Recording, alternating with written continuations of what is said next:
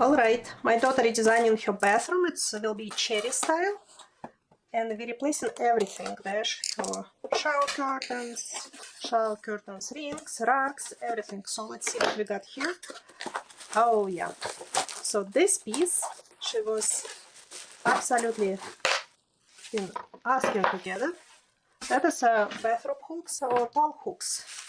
You put them on top of your door. So I guess we need to put this together. So let's see. It's made out of the very soft metal. But I'm actually glad because I don't want to so my door get damaged with this. And the cute cherries. Oh my goodness, absolutely adorable. So let's put this together.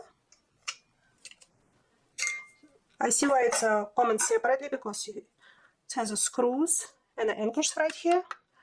I would probably use different screws and the anchors. In my experience, these anchors don't work very well. Just get the different screws and anchors because these guys won't work very well. But this one is cute. So you can put this directly on the wall or you can put over the door. It's what we're going to do.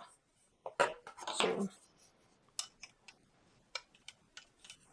this to assemble. Very cute and adorable. She would love it. She doesn't need to hang anything heavy, so that will be just perfect.